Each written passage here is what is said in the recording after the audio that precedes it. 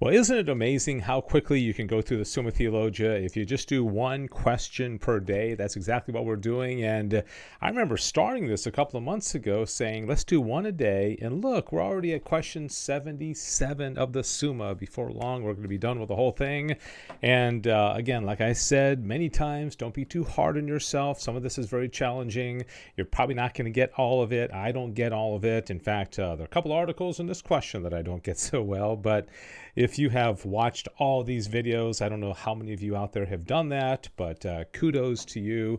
And I hope it's changing the way you see the world. Okay, that's what it's done to me. You know, when I read the Summa Theologia, I learned from St. Thomas Aquinas, I see the world in a whole different light.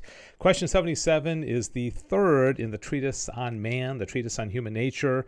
And we're talking about the soul, okay? And first one was the essence of the soul, and the second, yesterday, was about how the soul and the body, are united together, and all the questions related to that.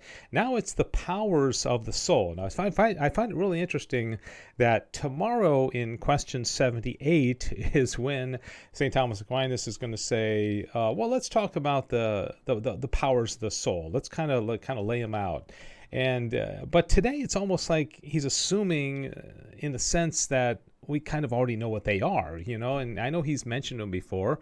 The vegetative or the nutritive soul is kind of like what a plant has, and then you also have a sensitive soul, which all the creatures like brute animals, cats, dogs, if you have the five senses, you'll have them. And then, of course, the rational soul, which is unique and proper to the human person.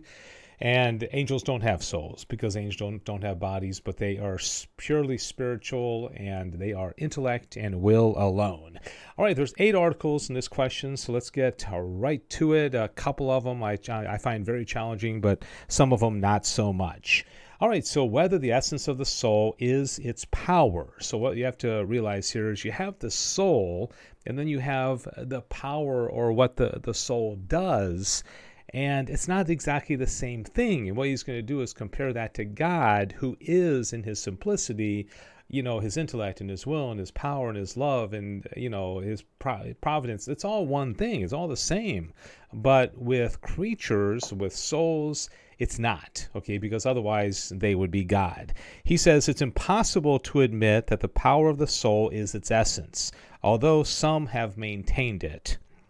Now, the operation of the soul is not in the genus of substance, for this belongs to God alone. Okay, so the operation itself is not a substance. The soul could be, and then when it combines with matter, with a body, it's a single substance, which has both a spiritual and a corporeal aspect to it, right? But the power of it is not in its own essence or substance. For this belongs to God alone, whose operation is his own substance.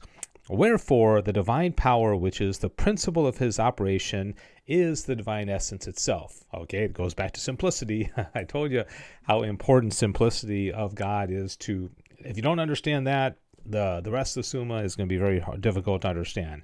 This cannot be true either of the soul or of any creature, as we have said when speaking of the angels. Okay, the angels are not, their power is not their essence either. Secondly, this may be also shown to be impossible in the soul, for the soul by its very essence is an act.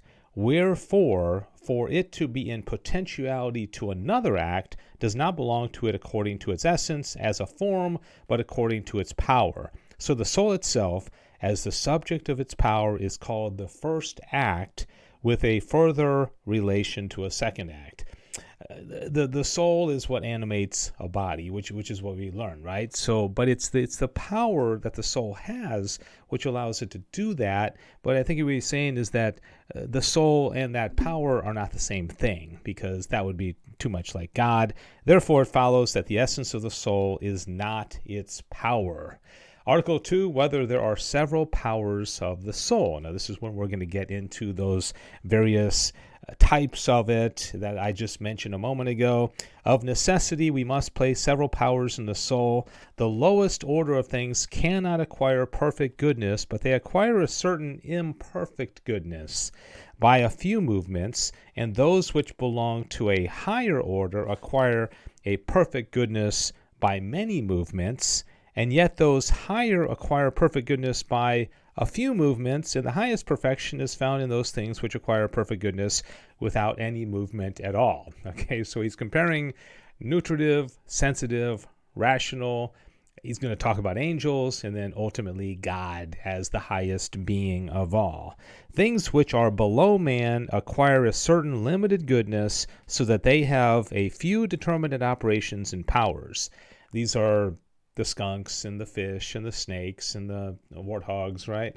These are things that are, they're not as complicated as us because they don't have free will, they don't have intellect, they don't have will. They still got bodies and passions and desires, but not as much as we have going on. But man can acquire universal and perfect goodness because he can acquire beatitude, yet he is in the last degree according to his nature, all right, of those to whom beatitude is possible. So he's saying of those creatures that can acquire beatitude, us and the angels, well, of course God, but God's not a creature, we're the lowest, right?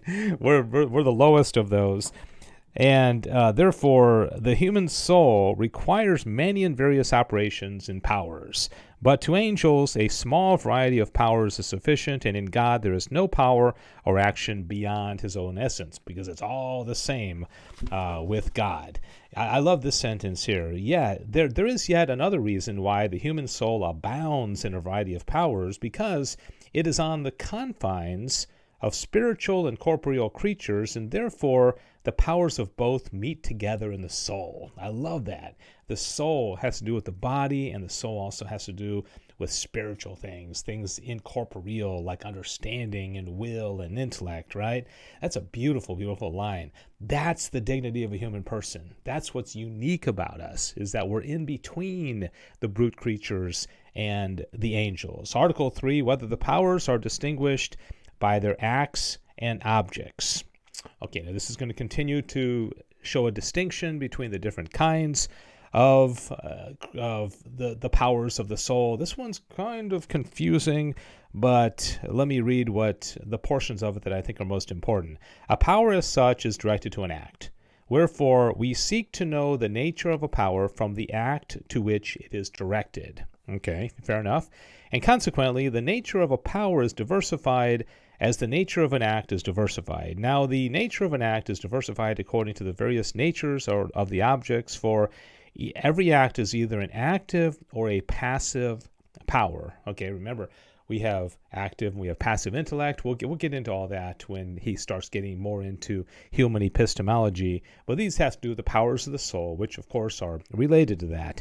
Now, from these two things, an act receives its species, namely from its principle and from its end or term. Therefore, the powers are of necessity distinguished by their acts and objects. This is one of the articles that I find challenging. Maybe it makes more sense to you, and you can put in the chat, what you think this is about. But just remember, all these articles are about the various powers of the soul. So he's distinguishing between nutritive, sensitive, rational aspects of the human soul. And here's the clincher here. Rational and irrational are differences dividing animal, constituting its various species. In like manner, therefore, not any variety of objects diversifies the power of the soul, but a difference in that to which the power of its very nature is directed. So our sensitive soul, the aspect of our soul that's sensitive, is directed to something very different than the higher aspects of our soul. Okay, our will and our sensitive appetites are really have different objects, right? And that's how they're distinguished. That's what I think he's getting at. Thus, the senses of their very nature are directed to the passive quality, which of itself is divided into color and sound and the like. Okay, again, that's one of the ones that I found kind of challenging. Whether among the powers of the soul there is order. And I got to tell you, with St. Thomas Aquinas, there's always order. All right, he is the most ordered person I can imagine. Since the soul is one and the powers are many, and since a number of things that proceed from one must proceed in a certain order, there must be some order among the powers of the soul. Now, the dependence of one power on another can be taken in two ways. According to the order of nature, remember he's talked about this before, for as much as perfect things are by their nature prior to imperfect things, and according to the order of generation and time. He has made this distinction before, the order of nature and the order of time or generation, the way they, remember in the 6 days of creation, he talked about that a whole bunch. For as much as from being imperfect a thing comes to be perfect. Thus, according to the first kind of order among the powers, the intellectual powers are prior to the sensitive powers, wherefore they direct them and command them. Okay, ideally, our reason will command our sensitive appetites. Okay, the sensitive appetites like, man, I want 6 pieces of pizza, and our reason comes in and says, I don't think so. Okay, and this is going to come in with the virtues. It's going to come in with morality. It's, all this is setting the stage for what is to come. Likewise, the sensitive powers are prior in this order to the powers of the nutritive soul, which just kind of keeps us alive, involuntary things like blood circulation and breathing and that kind of stuff. In the second kind of order, it is the other way around, for the powers of the nutritive soul are prior by way of generation to the powers of the sensitive soul, for which therefore they prepare the body. Okay, the body has to be working and alive and all the functions, involuntary functions working before the sensitive power, in this logical order can operate. The same is to be said of the sensitive powers with regard to the intellectual, but in the third kind of order, certain sensitive powers are ordered among themselves, namely sight, hearing, and smelling. So now he's ordering the senses. For the visible naturally comes first, since it is common to higher and lower bodies. So our eyesight is the highest of the senses. But sound is audible in the air, which is naturally prior to the mingling of the elements, which smell is the result. Okay, so the greatest of the senses is our eyesight, and then the next one is hearing. I think most people would probably agree with that. Article 5, whether all the powers of the soul are in the soul as their subject. Now, here we are going to talk about the nutritive, the sensitive, and the rational parts of the soul. Are they in the soul as their subject? He says it's clear from what we have said above that some operations of the soul are performed without a corporeal organ, meaning our understanding, our will, and our intellect is not operating in the brain. It's outside. Okay, it may use the brain for some of its functions, but it's not part of an organ, as understanding and will. Hence, the powers of these operations are in the soul as their subject. But some operations of the soul are performed by means of corporeal organs, as sight by the eye and hearing by the ear, and so it is with all the other operations of the nutritive and sensitive parts. Therefore, the powers which are the principles of these operations have their subject in the composite and are not in the soul alone. Body, soul come together, form a composite, and within that, the soul needs the body for some of its functions, the sensitive and the nutritive aspects, but not for the rational, the will, the intellect. That is outside of a corporeal organ. Article number 6, whether the powers of the soul flow from its essence. This one is challenging. Okay, so I'm not going to belabor this too much. He's talking about substantial and accidental form. Partly agree and partly differ. The substantial form makes a thing to exist absolutely, and its subject is something purely potential. But the accidental form does not make a thing to exist absolutely, but to be such, or so great, or in some particular condition. This is challenging. The substantial form causes existence in the subject. Okay, I understand that part. Wherefore, the actuality of the accidental form is caused by the actuality of the subject. Okay, remember actuality, potentiality, they keep coming back, even in articles like this that are kind of challenging. So the subject, for as much as it is in potentiality, is receptive of the accidental form, but for as much as it is in act, it produces it.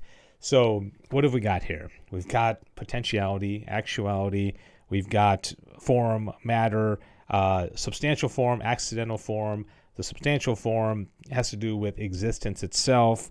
This last part is the part that makes the most sense to me. He says, whence it is clear that all the powers of the soul, whether their subjects be the soul alone or the composite, flow from the essence of the soul, as from their principle, because it has already been said that the accident is caused by the subject according as it is actual, and is received into that according as it is in potentiality, whether the powers of the soul flow from its essence. So I think what he's saying is, even though some of the powers of the soul do not need a corporeal organ, they all flow from the essence of the soul. That's the best I can do on that one, okay? Number 7 and 8 get easier, okay? So, all right.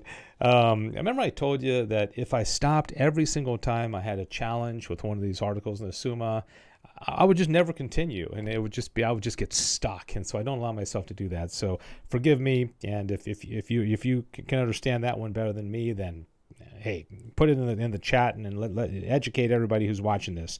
Whether one power of the soul arises from another. Does it arise from another? Remember he was talking a few articles ago about order. This is kind of the same. He says, it's been shown above that among the powers of the soul there are several kinds of order. Therefore, one power of the soul proceeds from the essence of the soul by the medium of the other. It follows that those powers of the soul which precede the others in the order of perfection and nature are the principles of the other, and after the manner of the end and active principle. For we see that the senses are for the sake of the intelligence and not the other way about. The senses, moreover, are a certain imperfect participation of the intelligence. So he's saying, kind of repeating here in a sense, there's order, okay? Some of them arise from others. On this account, the more imperfect powers precede the others in the order of generation, for the animal is generated before the man. Okay, I think that was not that necessary of an article because he already pretty much had said that, right? But hey, he's Aquinas, I'm not. Final article, number 8, whether all the powers remain in the soul when separated from the body. Now, you should be able to figure this one out. Okay, so when the soul separates from the body at death, what remains in the separated soul and what can it no longer do without a body? He says, as we have already said, all the powers of the soul belong to the soul alone as their principle, but some powers belong to the soul alone as their subject, as the intelligence and the will. These powers must remain in the soul after the destruction of the body, but other powers are subjected in the composite as all of the powers of the sensitive and nutritive parts.